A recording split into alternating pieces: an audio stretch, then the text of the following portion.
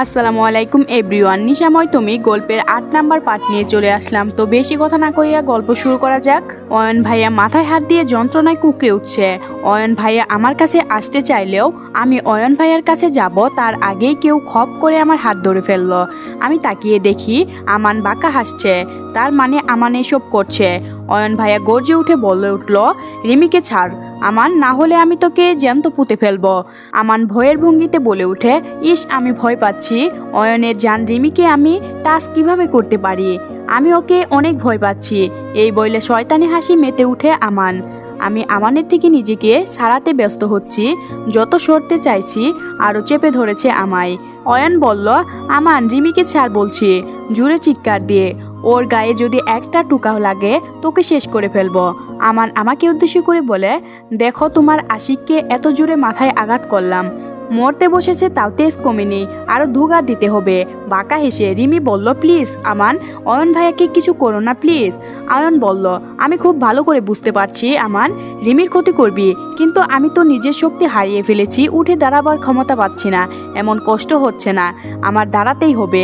আমার পাগলিটা অজরে কেঁদে যাচ্ছে, ওর জন্য হলেও আমাকে উঠতে হবে। কিন্তু যতই উঠতে যাচ্ছি চোখগুলো যেন ঝাপসা হয়ে গেল। রিমি বলল, আমি অয়ন ভাইয়া বলে চিৎকার করছি, কিন্তু অয়ন ভাইয়ার কোনো রেসপন্স পাচ্ছি না। অয়ন ভাইয়ার নিথির দেহ মাটিতে পড়ে আছে। আমি নিজেকে ছাড়ানোর বৃথা চেষ্টা করছি, আর আমান সে আমাকে জুড়ে চেপে ধরেছে। পরক্ষণে সে স্বপ্নের কথা মনে পড়ে গেল, একদম হুবহু আমি জুড়ে জুড়ে চিৎকার করছি, অয়ন ভাইয়া উঠে দেখো, তোমার রিমি পরি তোমাকে ডাকছে, প্লিজ অয়ন ভাইয়া।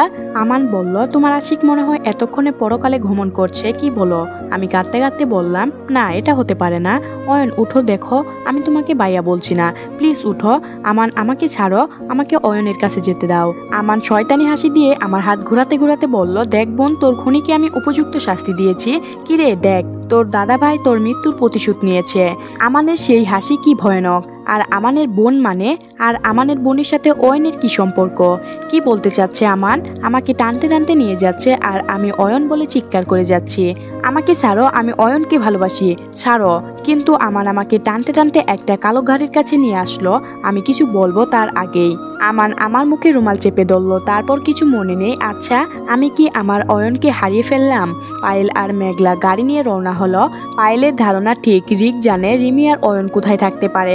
যদিও বাড়িতে পায়েলকে অনেক প্রশ্নের সম্মুখীন হতে হয়েছে, তাও সেটা পায়েল আর মেঘলা ভালোভাবে সামলিয়ে নিয়েছে।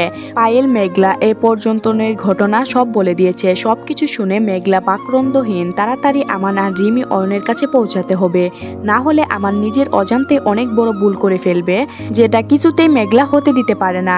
মেঘলার মাথায় একটাই চিন্তা ঘুরপাক খাচ্ছে, যে করেই হোক রিমি আর অয়নের কাছে পৌঁছাতেই হবে। ওদের কাছে পৌঁছাতে পারলে আমানের কাছে পৌঁছানো অনেক সহজ হয়ে যাবে। এসবের পিছনে যে মূল গেম প্ল্যান করেছে তার মুখোশ খুলে দিতে হবে। মেঘলা খেয়াল করছে পায়েল অনেকটাই ছটফট করছে, হয়তো নিজের কাজে সে অনেক বেশি অনুতৃপ্ত, তাই যত দ্রুত সম্ভব সে তার পাপের প্রায়শ্চিত্ত করতে চায়। এসব ভেবেই দীর্ঘশ্বাস ফেলে মেঘলার গাড়ি তার আপন গতিতে চলছে। মেঘলা বলল, চিন্তা করো না বোন, ঠিক হয়ে যাবে। পায়েল বলল, মনকে যে মানাতে পারছি না, মনে হচ্ছে কিছু একটা হয়েছে। মেঘলা বলল, বোকা মেয়ে, তুমি শুধু টেনশন নিচ্ছ, দেখবে সব ঠিকঠাক থাকবে। পায়েল বলল, তাই যেন হয়। মেঘলা বলল, অচেনা ব্যক্তিটি রিং চেয়ারে বসে আছে, তার সামনে ভয় দাঁড়িয়ে আছে। গুপ্তচর অচেনা ব্যক্তিটি চোখ মুখ শক্ত করে বলল, তোদের একটা কাজ দিয়েছিলাম, পায়েলকে চোখে চোখে রাখতে, ওকে তুলে নিয়ে আসতে, আর তোরা? পায়েল কোথায়? গুপ্তচরটা ভয়ে ভয়ে উত্তর দিল, পায়েল ম্যামকে তো আমরা চোখে চোখে রাখছিলাম, কিন্তু কি? কিন্তু উনি যেভাবে ছুটলেন, তারপর একটা গাড়ি আসলো, তার মাঝখানে আমরা কিছু দেখার আগেই পায়েল ম্যাম উদাও। আমি এসব লো ক্লাস এক্সকিউজ শুনতে চাই না। হ্যাঁ, তোদের একটা কাজও হয় না, সবকটাকেই আজকেই শেষ করব। এই বলে অচেনা ব্যক্তিটি নিজের রিভলভার বের করে। সব লোকরাই ভীষণ ভয় পেয়ে যায়, সবার হাত পা থরথর করে কাঁপছে। অচেনা ব্যক্তিটি শুট করতে যাবে, তার আগে কেউ তার হাত ধরে ফেলল। অচেনা ব্যক্তিটি পিছে ঘুরে দেখে তার পাপা মিস্টার নীল। অচেনা ব্যক্তি বলল, ড্যাড তুমি? মিস্টার নীল বলল, হ্যাঁ, তুমি এত হাইপার হচ্ছ কেন মাই সন? অচেনা ব্যক্তি বলল, ড্যাড তুমি বলছো আমি কেন এত হাইপার হচ্ছি? জানো এতগুলা লোক একটা মেয়েকে পাচ্ছে না, তুমি বুঝতে পারছো ড্যাড? পায়েল যদি সবাইকে সবকিছু বলে দেয় আমাদের এতদিনের প্ল্যান সবকিছু পাঞ্চার হয়ে যাবে। মিস্টার নীল তার ছেলের কথায় তোয়াক্কা না করে আরাম করে সোফায় বসে পড়ল। অচেনা ব্যক্তিটি তার পাপার আচরণে খানিকটা অবাক হলো, কেননা এই সময় তার থেকে তার পাপার বেশি হাইপার হওয়ার কথা ছিল, কিন্তু তার উল্টোটা হচ্ছে। অচেনা ব্যক্তি বলল, পাপা তুমি বুঝতে পারছো না কতটা প্রবলেম হতে পারে? তুমি কি এই ব্যাপারটা সিরিয়াস নও? মিস্টার নীল তার ছেলের কথায় খানিকটা মুচকি হেসে বললেন, মাই সন, ভুলে যেও না আমি তোমার বাবা, তাই আমার মাথায় তোমার থেকে বেশি শয়তানি বুদ্ধি।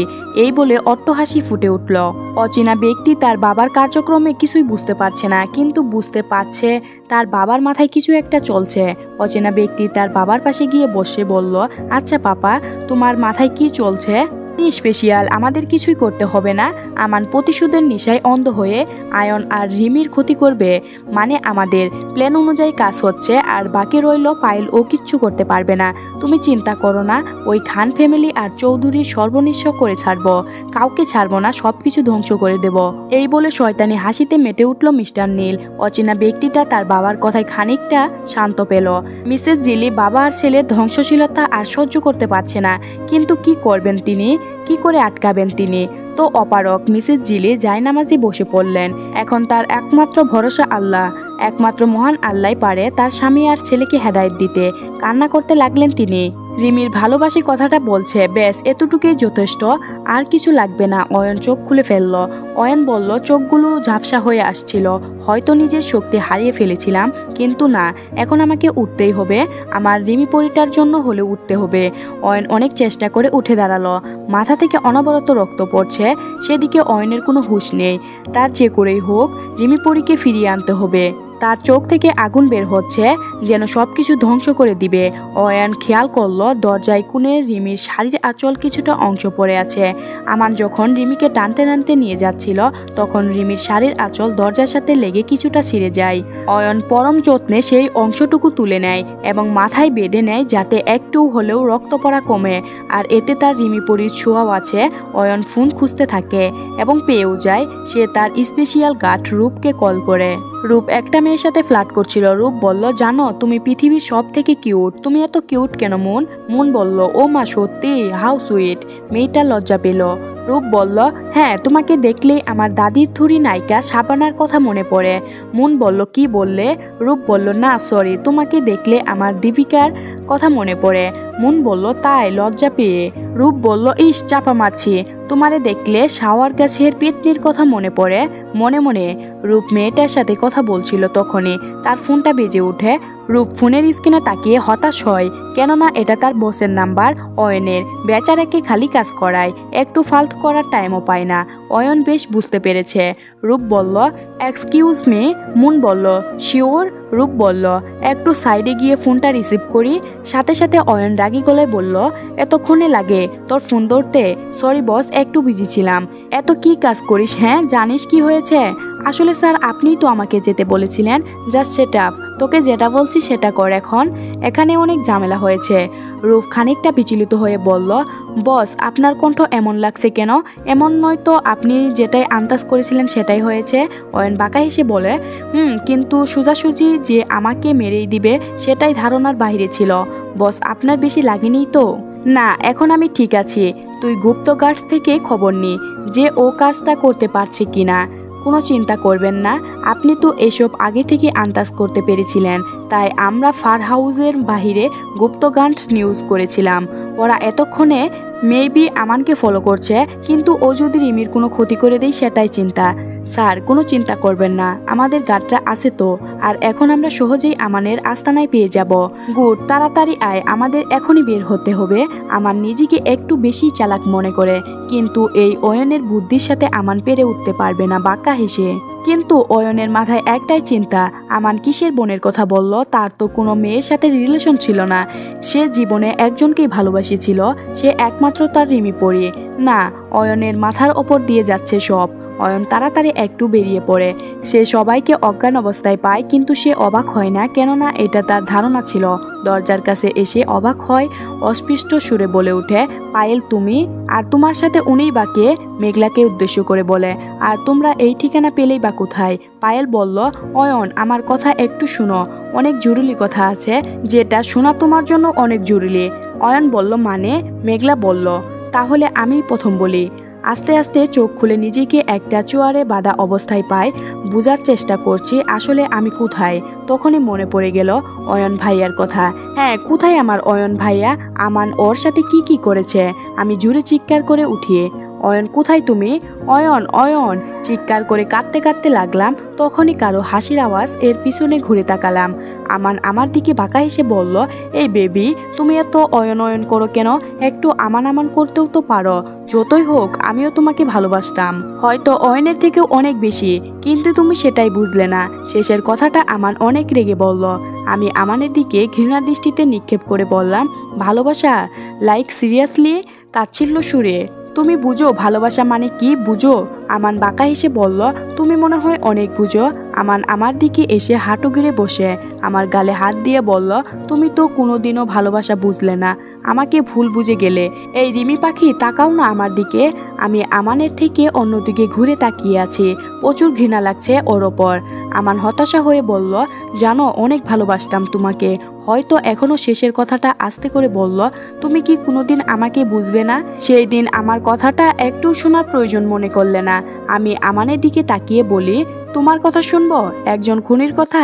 তুমি আজকেও আমার অয়নকে আঘাত করেছো আমার চোখের সামনে। বলে কাঁদতে লাগলাম। আমানের চোখ মুহূর্তেই লাল বর্ণ আকার ধারণ করলো। আমান ঠাস করে আমার গালে চর বসিয়ে দিল। তারপর আমার গালের চুলের মুঠি ধরে বলল, কি বললে? আমি খুনি আর তোর অয়ন সাধু? আমার খুব কষ্ট হচ্ছে তাও বললাম, হ্যাঁ তাই আমার অয়ন সাধু, তোর মতো খুনি না। আমান আমার কথা শুনে জুড়ে জুড়ে হাসতে লাগলো। এই হাসির মানে আমি বুঝলাম না। আমার গাল চেপে ধরে বলল, আজ যদি অয়ন মরে আমি প্রাউড ফিল করব। নিজেকে খুনি বলতে, কেননা আমি নিজের বোনের মৃত্যুর প্রতিশোধ নিয়েছি, তাই আমার কোনো অনুশোচনা নেই। আমানের কথার কোনো মানে আমি বুঝতে পারলাম না কি বলতে চাইছে ও। আমান আমাকে ছেড়ে দিয়ে পাশের টেবিল থেকে একটা ছবির ফ্রেম বের করলো, আমার দিকে এগিয়ে আনলো। দেখলাম খুবই মিষ্টি একটা মেয়ে, ছবি পায়েল আপুর বয়সে হবে। আমার মেয়েটির ছবি দেখে আমাকে বলল, জানো ও আমার বোন সোয়ামণি, আমার আদরের ছোট্ট বোন। এই পৃথিবীতে আমার বাবা আর আমার ছোট্ট বোনটাই ছিল, খুব আদরের ছিল। 1 বছর আগে আমি আর বাবা বাংলাদেশে ছিলাম, তখন ও আমেরিকা থাকতো, ওইখানে থেকে পড়াশোনা করছিল। সেখানে ওর একটা ছেলের সাথে রিলেশন হয়, কিন্তু ছেলেটা আমার ছোট্ট বোনটাকে ধোঁকা দেয়। আমার বোন খুব নরম স্বভাবের ছিল, আঘাত সহ্য করতে পারিনি, তাই সুসাইড করেছিল। এই বলে আমার হাঁটু গিরে বসে কেঁদে দেয়। আমি শকট প্রথমে আমানকে কাঁদতে দেখলাম, হয়তো কলিজার টুকরো ছিল সে আমানের। রিমি বলল, আমান? আমান চোখ মুখ শক্ত করে আমার দিকে তাকিয়ে বলল, জানো ছেলেটা কে ছিল? অয়ন চৌধুরী। আমার পা থেকে যেন মাটি সরে গেল। আমান এসব কিছু বলছে। অয়ন? না না, আমার অয়ন এমন, এটা হতে পারে না। রিমি বলল, তুমি মিথ্যা বলছো, আমার অয়ন এমন না, তোমার ভুল হচ্ছে। আমান তাচ্ছিল্য হাসি দিয়ে বলল, আমার ভুল হচ্ছে? Okay wait. এই বলে আমান আমার দিকে একটা চিঠি এগিয়ে দেয়। আমি চিঠি খুলে দেখলাম, প্রিয় দাদাভাই, তুই যখন এই চিঠিটা পড়বি তখন হয়তো আমি এই পৃথিবীতে থাকবো না, চলে যাব না ফিরার দেশে। কি করব বল? আমাকে যে যেতেই হবে, না হলে সমাজে তুই বাবা মুখ দেখাতে পারবি না, কেননা আমি অয়নের সন্তানের মা হতে যাচ্ছি। কিন্তু সে নাকি আমাকে ভালোবাসে না। তোকে আমার একটা ফ্রেন্ডের ছবি দেখাইছিলাম না, সেই হলো অয়ন। আমি তাকে অনেক ভালোবাসি, কিন্তু সে আমার ভালোবাসার মর্যাদা দিল না। আমি এখন সমাজে মুখও দেখাতে পারবো না, তাই আমার চলে যাওয়াই ভালো। এই তুই কিন্তু একদম মন খারাপ করবি না, বাবার খেয়াল রাখবি, নিজে শক্ত থাকবি। সব শেষে বলতে চাই, তোদের অনেক মিস করবো রে, ভালো থাকিস। ইতি, তোর আদরের ছোট্ট বোন সোয়ামণি। চিঠি পড়ে যেন আমি স্তব্ধ হয়ে গেলাম, মুখ থেকে কথা বের হচ্ছে না। কি বলবো আমি, কি বলার বা আছে? আমান পরম যত্নে চিঠিটা নিজের হাতে নিয়ে বলল, জানো এটা আমার প্রিয় বোনটার শেষ চিঠি, তাই পরম যত্নে আগলে রাখি। আমানের চোখ মুখ শক্ত করে বলে, এই অয়ন চৌধুরী আমার বোনের খুনি। না, আমি ছোঁয়ার মৃত্যুর জন্য দায়ী না। আওয়াজটা শুনে পিছনে ঘুরে আমান। আমিও ছলছল চোখে তাকিয়ে আছি। আমান অবাক হয়ে যায়। তো আজকের পার্টটি এ পর্যন্তই শেষ হয়ে গেল। তো পরবর্তী পার্টের জন্য অবশ্যই এই চ্যানেলটি সাবস্ক্রাইব করে রাখবেন। ধন্যবাদ সবাইকে, ভালো থাকবেন।